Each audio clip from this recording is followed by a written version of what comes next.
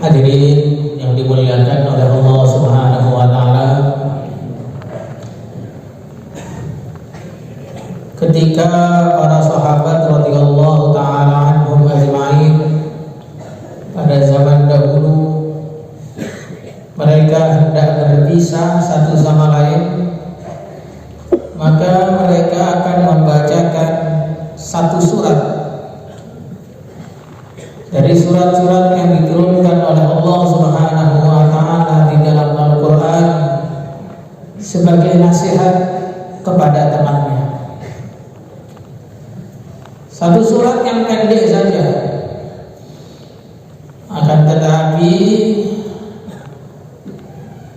menurut Al-Imam Asy-Syafi'i radhiyallahu taala anhu, apabila orang memahami surat ini dengan sebenar-benarnya, kemudian mempraktekkan dalam kehidupannya, maka surat ini sudah cukup untuk menjadi bekal kesuksesan dunia akhirat, kebahagiaan dunia akhirat, kemuliaan dunia akhirat. Hadirin yang dimuliakan oleh Allah Subhanahu wa taala, surat ini juga sering kita dengar, sering juga kita baca, tapi terkadang kita lupa mengenai kandungan makna yang di dalamnya. Surat ini adalah surat Al-Asr. Wal 'asri innal insana lafi khusr illa alladziina aamanu wa 'amilus shalihaat wa tawashaw bil haqqi wa tawashaw bis sabr.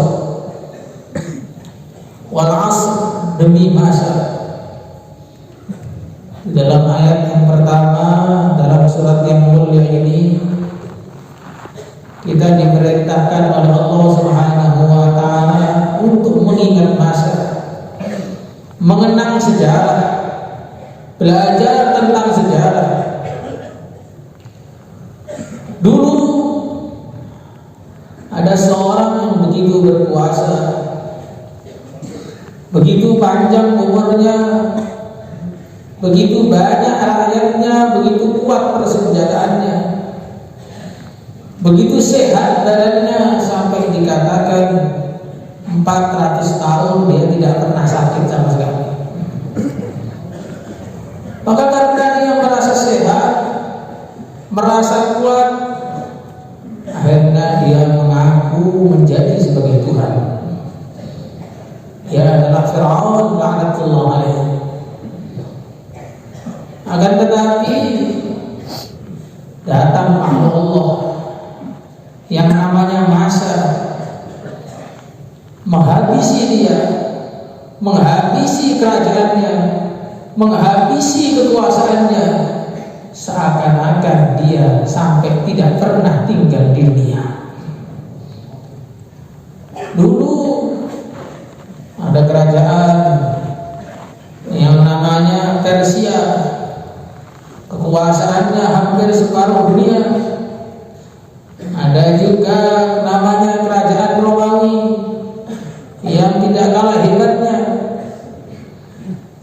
tapi tidak perlu diserang, tidak perlu dihancurkan, tidak perlu dibom. Datang makhluk Allah yang namanya waktu, menghabisi mereka. Ka'allam taghna bil ams, seakan-akan mereka tidak pernah tinggal di dunia.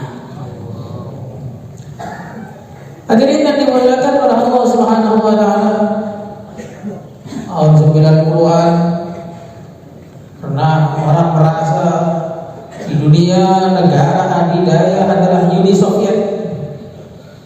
Ini negara terhebat, negara terkuat, negara superpower, yang paling ini, paling itu. Ternyata juga hilang ditelan oleh masa. Memang masa itu tidak tampak, waktu itu tidak kelihatan, tetapi waktu itu adalah makhluknya Allah yang Allah putuskan untuk menghabiskan semua makhluk-makhluk yang lainnya. Seorang sekarang manusia mengatakan yang kuat Amerika, mungkin nanti ada yang mengatakan yang kuat Cina, mungkin nanti ada yang mengatakan yang kuat adalah organisasi-organisasi tersembunyi yang mengontrol dunia. Ada yang mengatakan yang kuat ini, yang kuat itu. Tapi orang yang paham tentang sejarah, dia akan mengatakan yang kuat bukan Amerika, yang kuat bukan Cina, yang kuat bukan Belanda, bukan Rusia. Yang kuat adalah yang memiliki dia, memiliki dunia dan segala isinya. Siapa hadirin? Allah. Hadirin yang dimuliakan oleh Allah Subhanahu wa taala.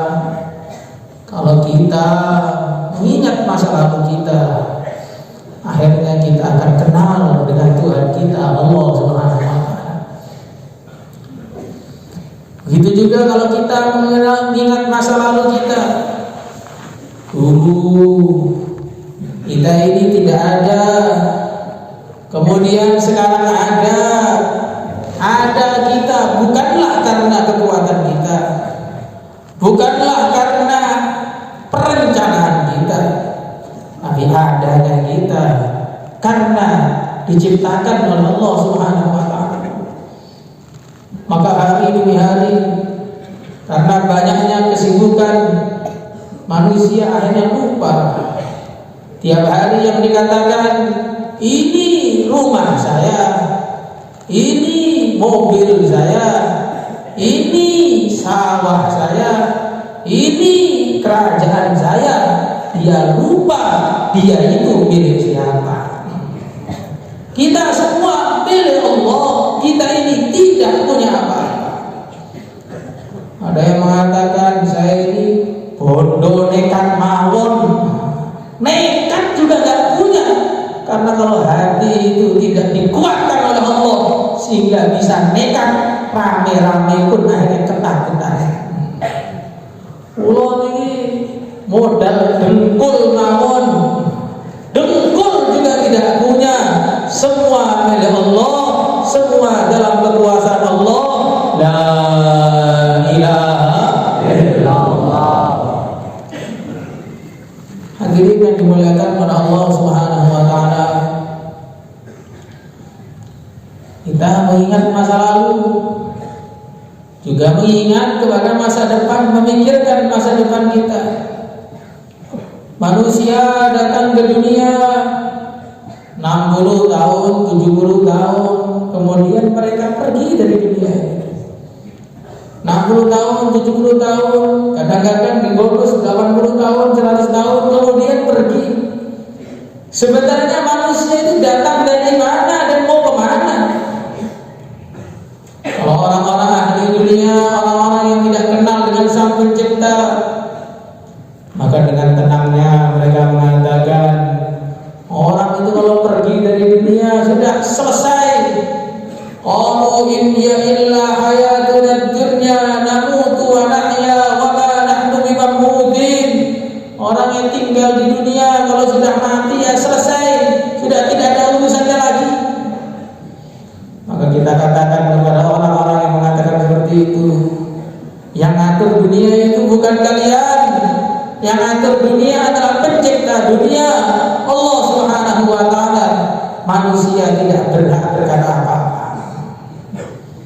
Dan Allah Subhanahu wa taala telah mengirimkan para nabi, para rasul yang semuanya menceritakan tentang program Allah Subhanahu wa taala kepada manusia. Program yang pertama, manusia didatangkan ke dunia ini dan manusia tidak bisa menolak. Program yang kedua, manusia disuruh hidup di dunia untuk diuji. Manusia juga tidak bisa menolak.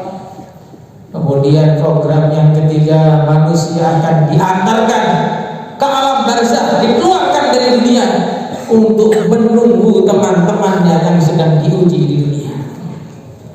Sebagaimana ketika Allah mengirimkan manusia ke dunia, manusia tidak bisa menolaknya.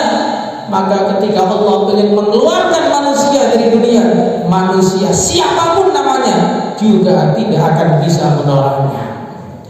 Aina ma takunu yudrikum maut walau kuntum fi burujim musyayyadah. Di mana kalian berada ketika Allah ingin mewafatkan kalian, ingin mengeluarkan kalian dari dunia, yang pasti akan keluar dari dunia. Dokter-dokter juga berangkat meninggalkan dunia, apoteker juga berangkat meninggalkan dunia, tabib berangkat meninggalkan dunia, raja-raja berangkat meninggalkan dunia, orang-orang yang hantuan pun juga akan meninggalkan dunia. Hadirin yang dimuliakan oleh Allah Subhanahu wa taala, karena ini adalah keputusan Allah. Keputusan Allah tidak akan bisa ditolak oleh siapapun dengan cara apapun. Sebagaimana ketika Allah putuskan datang malam, maka tidak ada yang bisa menolak. Orang-orang di sawah mengatakan, ini kok cepat sekali malamnya, nyakulnya belum selesai. Malam tetap datang juga. Ketika pagi telah Allah putuskan datang, kalaupun ada orang yang malamnya begadang, tidak sempat tidur, ini masih ngantuk ini, jangan pagi dulu. Tidak bisa. Begitu juga ketika maut sudah datang, walaupun orang mengatakan, sebentar dulu, ini belum siap amalannya, ini kok sudah mati saja. Tidak akan ada yang bisa menolak. Kemudian manusia akan diletakkan di alam barzakh sana untuk menunggu teman-temannya yang sedang diuji. Dan alam barzakh ini sudah lebih ramai daripada alam dunia ini, karena yang di sana sudah banyak orang mulai zaman Nabi Adam sampai mbah-mbah kita yang baru wafat mungkin berapa tahun yang lalu, itu sudah nunggu di sana semua, nunggu kita yang sedang diuji di dunia ini. Hadirin yang dimuliakan oleh Allah Subhanahu wa taala, maka berita dunia dengan berita alam berbeda. Kalau di dunia beritanya fulan telah berangkat menuju akhirat, tapi kalau di alam kubur sana beritanya fulan baru datang ini, perlu diistiqbali, kita tanya dulu apa yang terjadi di dunia. Hadirin yang dimuliakan oleh Allah Subhanahu wa taala, maka kemudian setelah yang diuji habis, sudah tidak ada yang diuji lagi, Allah Subhanahu wa taala memutuskan, sudah memastikan bahwa dunia akan kiamat, dunia akan hancur, bintang-bintang akan berguguran, matahari dan bulan akan bertabrakan, semuanya akan hancur. Setelah hancur semua, maka akan ada hari kehidupan yang kedua. Wa nufiha fis-suri fasa'iqa man fis samawati wa man fil ardh illa man syaa Allah, thumma nufiha fihi ukhra fa idza hum qiyamun yanzurun. Setelah mati semua manusia, tiupan sangkakala yang kedua, maka manusia bermunculan lagi seperti tanaman-tanaman yang bermunculan ketika musim hujan. Tanah-tanah yang gersang ketika sedang musim kemarau seakan-akan tidak bisa hidup lagi. Tiba-tiba air datang, maka muncul rumput, muncul pohon, muncul sayuran, muncul buah-buahan. Begitu juga manusia, ketika tiupan sangkakala yang pertama sudah habis, tinggal tulang belulang, tiupan sangkakala yang kedua bangkit lagi, langsung nyambung lagi. Yang sudah tercerai berai nyambung lagi, yang sudah dimakan ikan, dimakan harimau, yang tinggal sisa tulang pun akan kembali lagi bangkit untuk dihidupkan yang kedua kalinya. Tapi hadirin yang dimuliakan oleh Allah Subhanahu wa taala, kehidupan yang pertama tidaklah sama dengan kehidupan yang kedua. Kehidupan yang pertama adalah untuk diuji, kehidupan yang kedua adalah untuk menerima hasil ujian. Kehidupan yang pertama badan kita ya badan kita seperti yang kita lihat hari-hari. Tapi kalau kehidupan kedua, kita akan bangkit dengan badan yang bentuknya sesuai dengan amal kita ketika di dunia. Orang-orang yang iman kepada Allah Subhanahu wa taala dengan iman yang kuat, wujuhuhum kal qamari lailatal badr, wajah mereka bercahaya seperti bulan purnama. Semoga termasuk kita semua. Di sebaliknya orang-orang yang tidak iman kepada Allah, kufur kepada Allah, akan Allah bangkitkan dengan wajah hitam legam seperti arang. Ketika orang-orang berjalan dengan kakinya, mereka berjalan dengan wajahnya. Maka hadirin yang dimuliakan oleh Allah Subhanahu wa taala, inilah yang akan kita hadapi. Semua kita akan merasakan ini tanpa terkecuali. Orang yang mikir juga akan ketemu perkara ini. Orang yang tidak mau mikir juga akan ketemu perkara ini. Orang yang hari-hari membicarakannya, dia akan ketemu dengan apa yang dia bicarakan. Orang yang tidak pernah membicarakannya pun akan ketemu dengan apa yang senantiasa dia lupakan. Orang-orang yang hari-hari persiapan untuk hari yang besar ini, maka di sana dia akan ketemu dengan hasil persiapannya.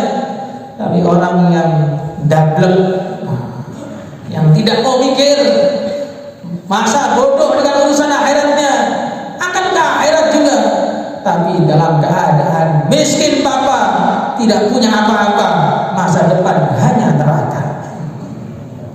Ulaika alladzina laisa lahum fil akhirati illan nar wa habita ma sana'u fiha wa batilum ma kanu ya'malun.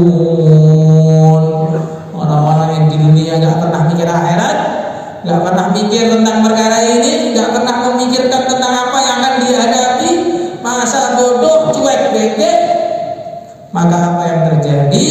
Yang terjadi sampai sana masa depannya tidak ada kecuali neraka.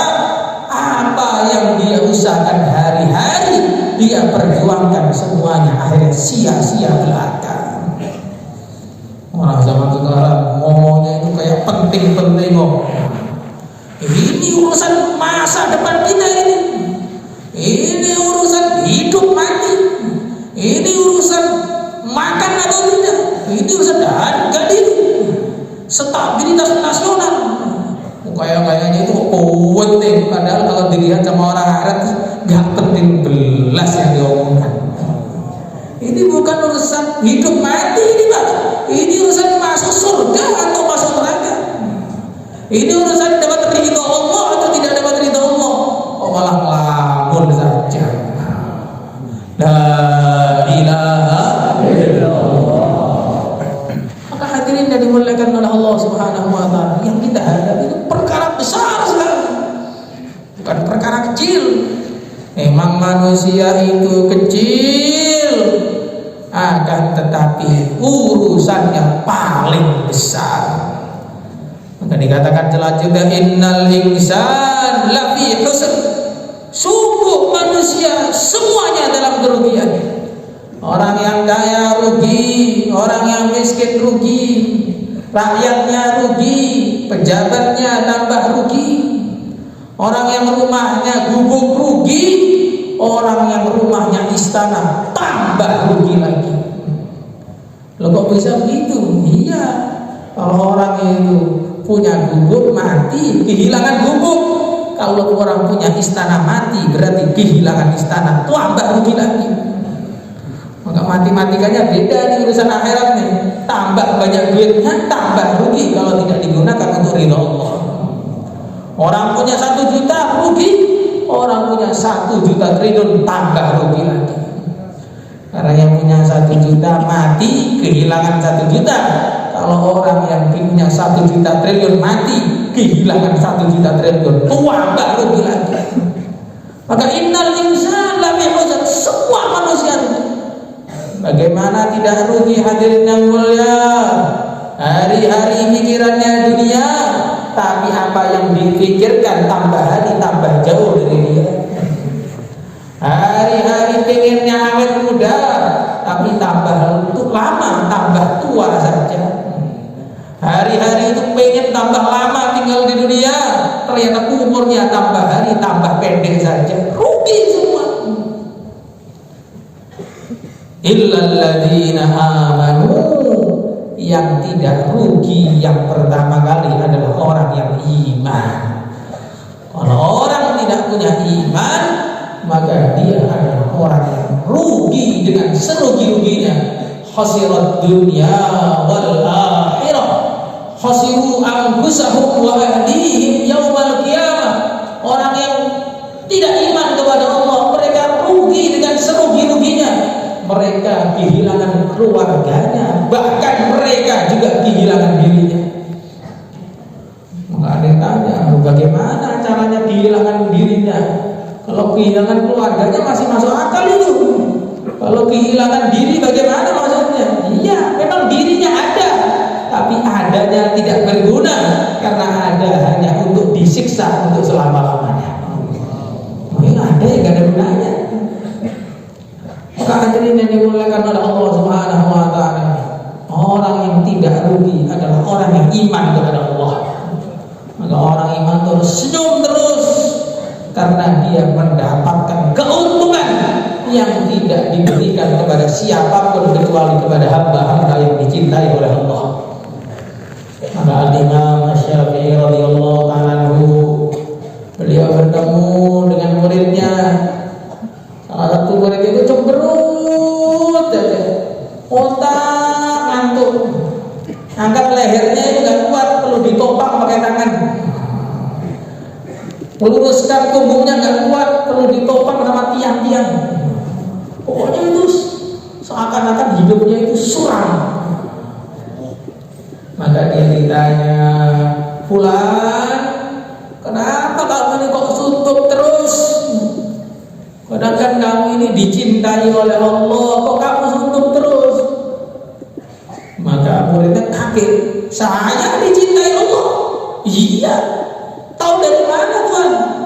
"Ya tahu, kalau Allah tidak cinta kepada kamu, Allah tidak akan memberikan iman kepada hati kamu." Maka kita ini diberi macam-macam kenikmatan oleh Allah Subhanahu wa taala yang luar biasa ini. Gak boleh sampai cemberut, harus senyum terus. Insyaallah sama hadirin. Coba kita ini kalau disuruh macul di sawah, tapi dikasih tahu kamu kalau macul dari pagi sampai sore nanti saya kasih uang 100 juta. Oh itu walaupun panas, macul tuh senyum terus setiap cangkulan 100 juta, 100 juta, 100 juta. Terus senyum. Mbak, kok senyum terus? Gimana nggak senyum 100 juta ya? Nah ini sekarang kita ini semua diberi surga kok cemberut. Ini namanya orang yang tidak berpikir tentang negeri akhirat. Hadirin dan dimuliakan oleh Allah Subhanahu wa taala. Maka orang iman adalah orang yang tidak merugi. Iman yang benar kepada Allah, kenal kepada Allah. Karena orang kadang-kadang zaman sekarang itu merasa pinter. Saya ini sudah pinter. Virus-virus yang kecil-kecil tahu, mikroba yang kecil-kecil tahu. Iya, yang kecil-kecil Anda kenal, tapi yang maha besar malah tidak kenal. Nah, ini namanya kejahilan yang sempurna. Sistem-sistem dia ketahui, tapi yang menciptakan sistem tidak diketahui. Ini namanya orang yang jahil. Maka sejahil-jahilnya orang adalah orang yang tidak kenal kepada Allah. Sepinter-pinternya orang adalah orang yang kenal kepada Allah, walaupun gak pernah sekolah. Kalau kenal kepada Allah itu pinter, walaupun sekolahnya sudah mentok, titelnya sudah seperti kereta api panjangnya kalau perlu. Tapi kalau nggak kenal kepada Allah, itu namanya orang jahil. Maka dikatakan dalam Al-Quran, "Lau kunna nasma'u aw naqilu ma kunna fi ashabis sa'ir." Orang-orang kafir mengatakan, kalau mau mendengar. Kalau dulu kami punya akal, tentu kami nggak akan masuk neraka jahanam. Karena nggak mau dengar dan nggak punya akal, maka akhirnya masuk neraka jahanam. Maka tanda-tanda orang itu mau masuk neraka dua: nggak mau dengar dan akalnya itu nggak digunakan. Maka kalau sampai kita ini nggak suka mendengar, bahaya itu. Jangan-jangan ahli neraka. Nauzubillah tuh, nauzubillah. Hadirin yang dimuliakan oleh Allah Subhanahu wa taala, iman kepada Allah, iman kepada utusannya Allah, meyakini baginda Rasulullah sallallahu alaihi wasallam adalah manusia yang terbaik yang Allah berikan, yang Allah kirimkan kepada kita sebagai pimpinan yang bertanggung jawab kepada kita, dunia kita dan akhirat kita. Kalau pemimpin-pemimpin selain baginda Nabi, walaupun ngakunya mau bertanggung jawab, saya akan menjamin ini, menjamin itu, menjamin ini, menjamin itu di dunia saja dia sudah tidak bertanggung jawab, apalagi ketika di akhirat langsung tidak bertanggung jawab.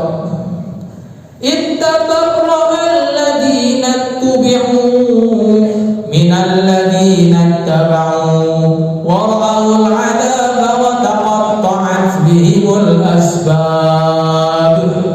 Ketika di akhirat sana, orang-orang yang dulu mimpin manusia bukan dengan cara ikut Allah, ikut arahan Allah, ikut perintah Allah, ikut arahan baginda Rasulullah sallallahu alaihi wasallam, akhirnya mereka tidak mau bertanggung jawab dengan bawahan-bawahannya, pengikut-pengikutnya. Maka sangat bodoh kalau kita taat kepada seseorang yang taatnya tidak menjamin keselamatan kita. Sangat bodoh kalau kita ini ikut seseorang yang ujung-ujungnya hanya mengajak kita ke dalam jurang neraka. Maka hadirin yang dimuliakan oleh Allah Subhanahu wa taala, baginda Rasulullah sallallahu alaihi wasallam ini punya tanggung jawab kepada umat, tanggung jawab yang luar biasa. Ketika para nabi, para rasul, mereka mengatakan nafsi, nafsi, diriku, diriku. Nabi Musa, Nabi Ibrahim, Nabi Isa alaihi wassalatu wassalam, mereka bergelantungan di aras, ya Allah, saya selamatkan diriku. Nabi Ibrahim sudah lupa dengan putranya Ismail, Nabi Musa sudah lupa dengan saudaranya Nabi Harun, Nabi Isa sudah lupa dengan ibunya Sayyidah Maryam al-Batul. Mereka memikirkan diri mereka sendiri. Nabi mengatakan, Ana laha, ini bagianku, sayalah yang akan menyelamatkan umatku. Maka hadirin yang dimuliakan oleh Allah Subhanahu wa taala, di tengah kondisi yang begitu genting, neraka datang, ditarik oleh 70.000 malaikat mendekat ke padang mahsyar, yang mana dari jarak yang begitu jauh saja panasnya sudah bukan main, apalagi ketika neraka mendekat. Maka di tengah-tengah neraka mendekat kepada manusia di sana, orang-orang sudah ketakutan, semua saling injak satu sama lain. Maka datanglah Nabi mengatakan, hei neraka, baliklah ke tempat kamu. Maka neraka mengatakan, wahai Muhammad, saya ini memang diharamkan untuk menyentuh engkau, tapi tidak dengan orang-orang yang di belakangmu. Menyingkirlah dulu wahai Muhammad, saya ingin mencari mangsa saya. Maka Nabi mengatakan, kembalilah, karena aku telah diperintahkan untuk menyuruhmu kembali oleh pencipta. Coba siapa yang bisa mengusir neraka, hadirin?